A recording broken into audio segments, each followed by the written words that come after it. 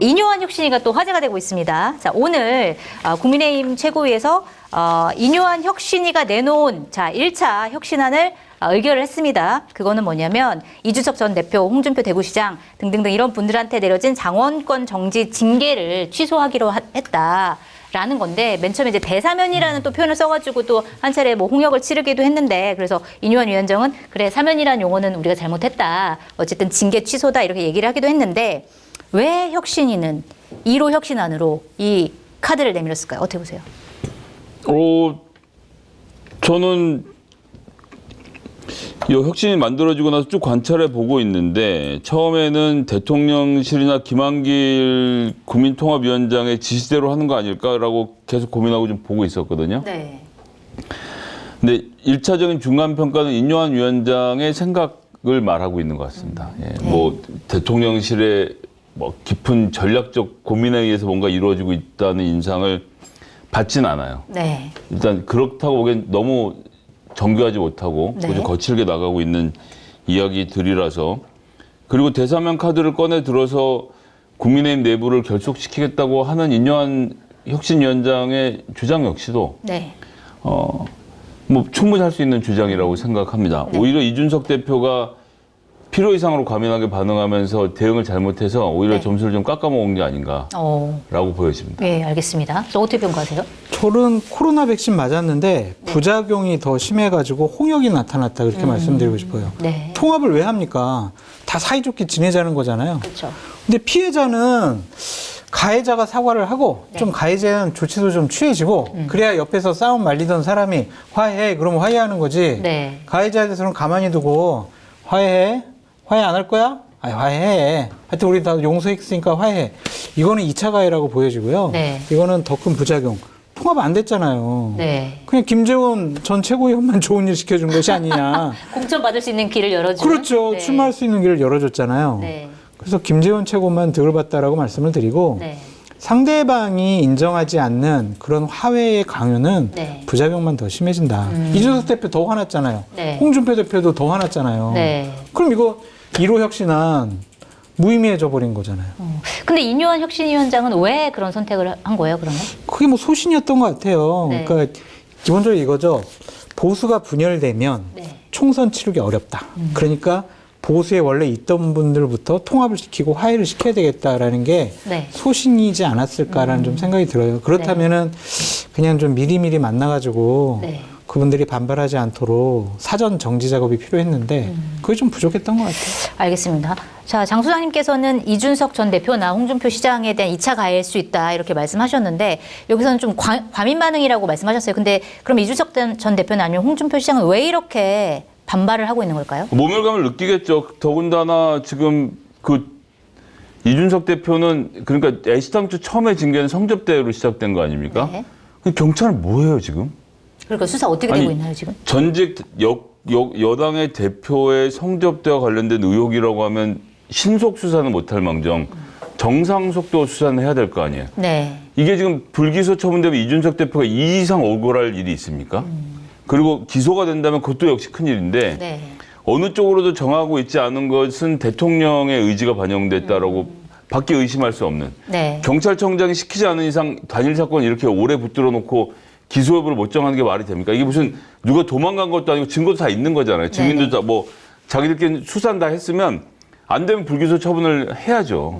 그걸 못하고 있는 상태에서 너는 죄가 없어라고 사면을 해주니 이준석 대표가 분노한 건, 전 격분하는 건 당연하다고 생각해서 일을 순리대로 풀려면 경찰이 더 이상 시간을 끌면 안 됩니다. 이 건에 대해서 기소를 하든 아니면 불기소 처분하고 마무리를 짓든 이제는 마무리를 지어줘야 될 때가 아닌가. 저는 인요한 위원장에게 영상 편지를 좀 띄우고 싶습니다. 한번 해보시죠. 저를 사면해 주십시오. 저 억울하게 방송사에 정진석 전 비대위원장이 공문 보내가지고 방송에서 7개 잘렸습니다. 그 공문 처리해 주시고 저를 사면해 주신다면 저는 절대로 반발하지 않고 너무나 감사한 마음으로 받겠습니다. 저를 사면해 주시기 바랍니다. 부탁드립니다. 알겠습니다. 통합에 여기까지 좀 끼워달라, 이런 요구를 해주셨습니다. 알겠습니다. 자, 그리고 이준석 전 대표는 이뇨한 위원장을 안 만나고 대신 김종인 전 비대위원장을 만났습니다. 그렇죠. 네, 만나가지고 그래서 신당 창당 설에서 또 모락모락 얘기가 나오고 있는데 만나고 난 다음에 이런 얘기를 했어요. 이 전 대표가 이제 만나서 무슨 얘기를 했냐 그랬더니 원래 중요한 행동을 하기 전에 상의 드리는 분이다라고 얘기를 하고 김종인 전 위원장이 어떤 사람과 이 일에 대해 상의할지 말씀을 해주셨다라고 했는데 그 사람이 그럼 과연 누군가요? 뭐 경제 전문가, 정책 전문가인 것 같은데요. 아, 그래요? 신당을 하려면 분명히 어떠한 정책이 있어야 한다. 네. 그거를 도움 줄 사람이다라고 해가지고 소개받은 것 같아요. 그러면 신당을 창당한다는 건 거의 기정사실화하고서는 만난 거네요? 저는 뭐 날짜까지 정해놓지 않았을까라는 좀 생각이 듭니다. 며칠입니까? 12월 27일. 왜 27일입니까? 총선 100일 앞두고. 아, 그러니까 이준석 대표는 총선 100일이라는 단어에 상당히 민감하고 중요하게 생각을 해요. 네. 100일 전에 뭔가 바꿀 수 있으면 바꾸지 100일 안으로 들어가면 아무리 무엇을 노력을 하더라도 이미 구도랑 여러 가지 문제점들은 네. 그대로 유지될 수밖에 없다. 네. 그래서 100일 전과 후를 되게 중요하게 생각을 하더라고요. 그래서 이준석 대표가 저한테 얘기해 준 적도 없고 상의한 네. 적도 없는데 제가 그냥 혼자 예측하기는 12월 27일 전후로 중대한 결정을 하고 신당을 출범시키지 않을까라고 네. 예상해 봅니다. 알겠습니다. 자, 김종인 위원장을 만난 게 실제로 이제 신당 창당을 위한 거라고 보세요? 어떻게 보세요?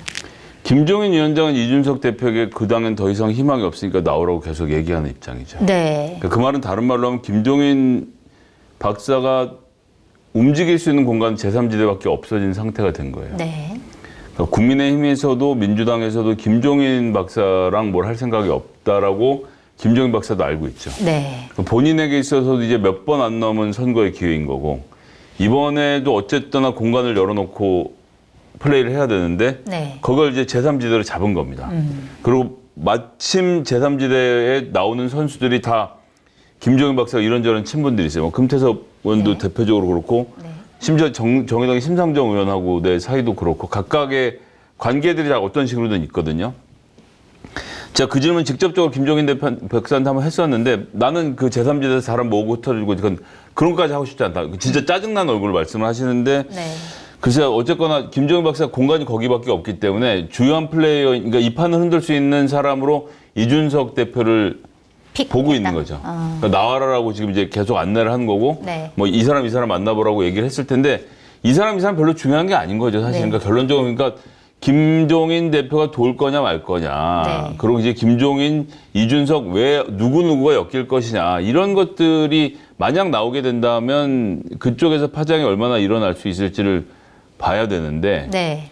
문제는 민주당과 국민의힘 양당의 예를 들어서 윤석열, 이재명이라는 카리스마가 있는 당 지도부가 존재하는데 네. 지금 제3지대에서 그 역할을 누가 할 수 있을 것이냐 라고 보면 저는 그게 좀 어려울 거다. 근데 김종인 위원장도 사실은 당 만들고 당을 뭔가 어느 쪽으로 이끌어가는데 굉장히 탁월한 능력을 가졌다라고 평가를 많이 받았잖아요. 김종인 위원장이 이끌어가는 거기서 그 안에 뭐 유승민이라든지 아니면 이준석 이런 사람들이 모여든다. 그래도 별로 크게 안 된다고 보세요? 박근혜가 됐든 문재인이 됐든 이 정도 인물이 있고 김종인 박사 그걸 뒷받침하는 것만 몰라도 네. 이 그만한 사람들이 서로 보면서 내가 제 밑에 서로 이러고 있을 텐데 그게 김종인 박사 뜻대로 잘 안 될 거고 김종인 박사는 그렇기 때문에 그런 조율까지 내가 안 하겠다는 입장인 거고 그중에선 그나마 제가 보기에는 이준석 대표가 미래 비전을 갖고 있는 미래 권력이기 때문에 힘을 발휘할 수 있을 텐데 네. 다른 구성원들이 과연 머리를 숙이겠냐. 거기에 이준석 전 대표를 중심으로 모일 수 있겠느냐. 네, 쉽지 않을 거예요.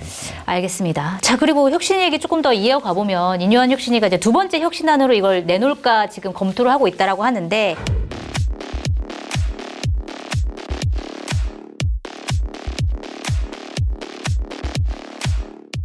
보니까 국민의힘 안에서 지금 한 지역구에서 3선 이상 한 사람이 22명이래요. 3번 이상 당선된 사람이. 23명 아니에요? 22명이라는 기사도 있고 23명이라는 기사도 있어요. 그러니까 좀 23명 해줘요. 한 명 늘려줘요. 알겠습니다. 23명 그다음에 뭐 김기현 대표 같은 경우도 거기에 이제 포함되긴 하는데 근데 중간에 뭐 시장을 한다거나 이렇게 해가지고 휴직기를 가진 사람들도 거기에 포함되어 있는 거고 휴직이 없이 3선을 연이어 한 사람은 16명. 그래서 지금 뭐 어느 보도를 보니까 영남권 의원들이 모여가지고 막 엄청 비판을 하고 지금 탈당까지 할 수도 있고 뭐 험지를 보내면 피바다를 만들겠다는 얘기까지 나왔다라고 하는 기사까지 나왔는데 이 혁신안 과연 받아들여질 수 있을까요? 받아들일 것 같아요. 이게 어느 정도 김기현 당대표랑 네. 이제 좀 조율을 거친 것이 아닌가라는 좀 생각이 들고, 제가 예측해보면 12월이나 1월 달에 아니면은 뭐 그거 빠를 수도 있는데 적당한 시점에 김기현 당대표가 저 울산 지역구를 떠나 수도권 험지 출마하겠습니다. 네. 먼저 선언할 가능성이 99%. 김포로 가시는 건가요? 모르겠습니다. 구리로 갈지 김포로 갈지 그건 모르겠는데 그럴 가능성이 99%가 있어 보이고, 네. 장제원 의원 같은 경우에는 험지 출마나 불출마할 가능성이 더 높다라고 보여져요. 그러니까 네. 당직을 맡고 있거나 윤핵관인 분들이 먼저 솔선수범을 보이지 않으면 이건 아무 의미가 없거든요. 네. 근데 이뇨한 위원장이 이거를 되게, 이뇨한 위원장이 위원장 임명을 받은 이후부터 각종 언론 인터뷰를 통해서 계속 영남 험지 출마 계속 얘기했거든요. 네. 이거를 지도부가 안 받아들이면은요, 혁신위원회는 존재 이유가 없어요. 네. 그래서 어쨌든 저는 지도부에서 받아들일 가능성이 높고, 네. 그 외에 1번 타자 김기현, 2번 타자 장제원이 될 가능성이 높다라고 보여집니다. 그렇군요. 그것도 그럼 파장이 꽤 커질 수 있겠네요. 근데 뭐 김기현 대표가 수도권 출마한다고 뭐 수도권 판세에 영향을 뒤집을 순 끼치고 없다. 그럴까요? 네. 그거는 더 중요한 게 뭐냐면, 영남 지역에 좀 또아리를 틀고 있는 그 지역 유지가 돼버린 네. 다선 의원들, 재선 3선 이상의 의원들, 네. 그 의원들을 바꿀 수 있는 명분이 되는 거죠. 그래서 그냥 저는 뭐 이뇨한 위원장은 검사 공천 없어요, 낙하산 공천 없어요 라고 얘기했지만, 네. 그 낙하산 공천을 하기 위한 네, 사전 정지 작업이 아니냐. 근데 그럼 이게 용산에서 약간 내려진 지시 같은 약간 그런 느낌이 좀 어느 교함이 든다는- 있겠죠. 그리고 솔직히 뭐 수도권에 험지 출마하라는 거는 뭐 어느 정당이나 다 뭐 내세울 수 있는 하나의 총선 전략이 될 수가 있기 때문에 알겠습니다. 그냥 이거는 될 거는 같아요. 어쨌든. 김 대장님은 어떻게 보세요? 일단 장제원 의원은 부산시장 도전을 할 생각이 많을 테니까 이번에 한번 쉴 수 있죠. 네. 뭐 쉴 것도 아닙니다. 쉬면서 희생의 이미지도 살리고, 그래서 내후년에 부산시장 도전해서 박형준 시장을 꺾는 거, 뭐 이것도 본인으로서는 의미 있는 정치 행보라고 생각할 테니까요. 네.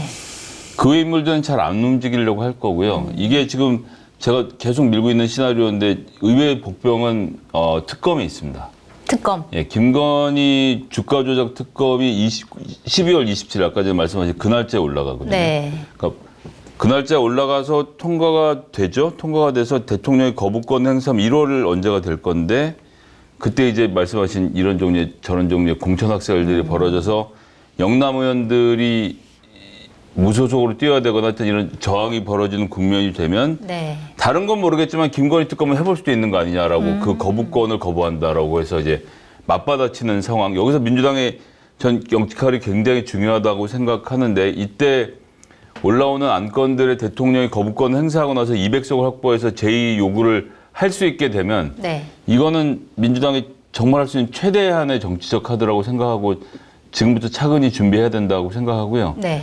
그 문제를 여당이라고 모르겠습니까? 그러니까 심기 불편하게 하는 일이 쉽지 않아요. 네. 그래서 어느 정도 할 건지에 대해서 고민을 많이 할 건데, 이게 지난달하고 이번 달하고 판단이 달라지는 건, 지난달까지만 해도 윤석열 대통령이 왜 이렇게 웃으세요? 네? 왜 혼자 웃으세요? 자기들이 200석 할 거라고 생각했다잖아요. 진짜, 야. 너무 어이가 없어서 웃음이 야, 나오시는군요. 그게 진짜, 야, 어떻게 그런 생각을 하셨을까? 저는 한겨레 신문 논설위원회 주장을 반복하는 것일 뿐이지만, 여기저기서 들어봐도 실제로 그렇게 생각했던 것 같아요. 지금은 정신을 조금 차렸으면 계획이 바뀌었을지 모르겠는데, 그래서 전 12월에 특검 거부권에 이 공천, 울산 막 학살, 삼선 이런 것들이 죄다 엉켜서 거기 이준석 신당 막 이런 것들이 12월에 정말 난전을 만들 거라서, 여기서 뭘 다음 수를 생각한다는 건 종이 떨어뜨리는데 그 낙하 위치 찾는 거나 거의 똑같은 수준이라고 봅니다. 알겠습니다. 자, 공천 관련해가지고도 문제가 굉장히 많이 복잡해질 거다 말씀하셨는데, 하필이면 오늘 또 이철규 의원이 인재영입위원장으로 임명이 됐습니다. 재보궐선거 참패하고 그 책임을 지고 사무총장을 사퇴한 지 19일 만에 다시 인재영입위원장이 됐다. 이거 가지고 논란이 굉장히 많은데 어떻게 보세요? 박대출 전 정책위 의장은 열나 억울할 것 같아요. 의문의 본인은 1패는 그래서 박대출. 안 됐다는데. 본인은 안 된 건데 왜 이철규는 되고 나는 안 돼? 네. 되게 화딱지가 많이 날 것 같다는 좀 생각이 들고, 네. 과연 그 사람밖에 없었을까? 과연 인사가 적절하냐? 그것에 대해서는 저는 반대 의견을 갖고 있지만 네. 뭐 여권이나 용산에서는 이철규밖에 없지 않았나라는 그런 생각이 들어요. 네. 믿을 만한 사람, 윤석열 대통령과 김기현 당대표랑 호흡 맞춰서 특별히 구체적인 지시를 하지 않더라도 네. 알아서 할 수 있는 사람이 현재 이철규 의원밖에 없지 않을까 그런 생각이 들어서 어쩔 수 없는 선택이었다. 사람이 없었다. 적절하냐 부적절하냐? 좀 부적절하다고 생각하지만 네. 어쩔 수 없었다. 알겠습니다. 요 관련해서 이준석 전 대표는 역시 노답 뭐 이러고 또 당 안에서도 민주당도 마찬가지예요. 유권자 그냥 우롱이다 뭐 뭐 이런 얘기가 나오는데 이거 어떻게 보세요, 이철규 사무총장? 이제 유튜브니까 민주당 좀 얘기는 못하게 하네. 이따가 민주당 할 뭐야? 거예요. 아니 조정식은 임명된 사무총장인데 당대표가 사무총장도 마음대로 못합니까? 말도 안 되는 얘기죠. 당대표가 인재영입위원장 마음대로 못합니까? 못했잖아. 마음대로 못한 게 있으면 알잖아요. 알면서 그래. 웃는 정부 장군 좀 잡아주세요. 이제부터 제가 말할 때 이제 웃음다 보세요. 여기서 핵심 뭐냐면 강서구청장 선거를 지고 나서 김기현 대표가 그러니까 실제 당 지도부 윤석열 지도부가 뭘 교섭했는지 보면 되는데 네. 나는 내 자리를 지키는데 임명직 딴 사람들 다 내보내 특히 이철규를 내보내죠. 네. 이게 협상 조건이었습니다. 그렇죠? 몰라요. 여기 약간 위험해요? 아니요. 수위가 너무 높아? 아니 몰라요 나는. 모른대요. 저 들은 적도 없어요. 알겠습니다. 그러면 귀를 시쳐야겠다. 제가 잘못된 얘기를 한 걸로 하고요. 네. 어쨌든 이철규 사무총장을 쳐냈잖아요. 네. 우리가 미루어 짐작할 수 있는데 이제 큰 인사들은 장제원이 하고 작은 인사들은 이철규가 했다. 이게 일단 첫 번째 소문. 두 번째 이제 여의도에서 사실상 당대표 이철규 이런 소문들이 돌아서 김기현 대표가 굉장히 불쾌했던 소문이 네. 많았거든요. 네. 여하튼 이 강서 배틀을 끝나고 났는데 김기현 살아있고 이철규는 쳐냈어요. 네. 그걸 보면서 내가 사실 그날은 서서 박수를 쳤습니다. 굉장히 쳤죠? 대단하다고 했잖아요. 대단하다고 했는데 네. 윤석열 지도부가 다시 김기현 제압한 거죠. 네. 넌 대변인일 뿐이야. 뭐 어디서 해서 내보냈던 사무총장을 인재영입위원장으로 앉혀서 총선의 인재관리를 주도하게 만들어서 네. 결국은 이 지도부는 윤석열 지도부고 김기현 의원은 그냥 대변인에 불과하다는 것을 다시 다시 한번 한번 보여준 확인시켜줬다. 쾌거가 아닌가라고 쾌거. 저는 미루어 짐작합니다. 대통령실의 네. 쾌거. 네. 뭐 김기현 당대표가 용산과 호흡을 맞춰서 공천할 거라고 생각이 드는데 네. 약간 좀 부딪힐 지점들이 있는 것 같아요. 어떤 거요? 그건 김기현 당대표의 대권 욕심이에요. 본인은 내년 총선 치르고 나서 네. 본인은 대권 후보로 자리매김을 하고 아. 그 길을 가겠다. 이제 이렇게 생각을 하고 있거든요. 네. 거울을 사드리고 싶네요. 그래가지고 본인이 수도권 출마도 네. 야 영남 중진 의원 수도권 출마 희생 이 차원이 아니에요. 대권을 노려보기 위한 사전 그 포석이에요. 아, 작업이구나. 영남에서 내가 사선 네. 충분히 했으니까 울산시장도 하고 이제 수도권의 민심을 얻어야 된다. 네. 그런 차원으로 접근하는 거기 때문에 본인도 공천에 대한 욕심이 있더라고요. 네. 그래서 이 부분이 자칫 잘못하면 큰 갈등의 씨앗이 좀 될 수도 있다라고 네. 보여지고 김기현 대표가 당무감사가 그저께 끝났거든요. 네. 수도권 당협위원장 후보들 거의 싹 다 바꿔라 그렇게 지시를 내렸대요. 네. 그러고 대통령께서는 이것도 그냥 들리는 풍문이에요. 네. 영남권 완전 싹 바꿔야 된다 이런 생각을 갖고 있다라는 거죠. 네. 그러면은 공천 물갈이가 못 받는 엄청나군요. 사람, 네. 그리고 현역 의원지만 공천 못 받는 사람, 당협위원장이지만 공천 못 받는 사람, 이 사람들이 반발이 장난이 아닐 거예요. 그게 자칫 잘못해서 이준석 신당과 결합이 되면 네. 보수는 정말 반으로 쫙 짜게지는 거가 될 수가 있고 네. 대구 경북에서 최경환, 우병우 네. 이러한 친박 세력들과 연합을 하게 되면은 낙하산으로 떨어진 국민의힘의 후보가 영남에서도 대단히 고전할 가능성이 높아요. 네. 그러면 윤석열 대통령으로서는 상당히 불리한 총선 게임을 맞이할 수밖에 없거든요. 그래서 딴 거 다 필요 없어요. 혁신이 필요 없고요. 네. 인재영입이 필요 없고 총선 기획단 필요 없다니까. 네. 이준석하고 유승민 잡아다가 네. 뭐 원해? 어떻게 해줄까? 공천 지분? 아니면 총선? 뭐 다 권한 다 줘? 그래 다 가져. 총선 승리해와. 이게 최고의 혁신이고 네. 총선 전략이란 말이에요. 그거 빼놓고 하려고 하니까 너무 힘든 거예요. 네. 그래서 저는 대통령이나 여권, 윤핵관 분들 코페르니쿠스적 사고의 전환을 해라. 갖고 와라. 네. 쉽게 갈 수 있는 길 왜 이렇게 돌아서 가냐. 그렇게 말씀드립니다. 알겠습니다. 자, 우리 윤석열 대통령께서 사실은 마음을 먹어야 되는 일인 것 같고요.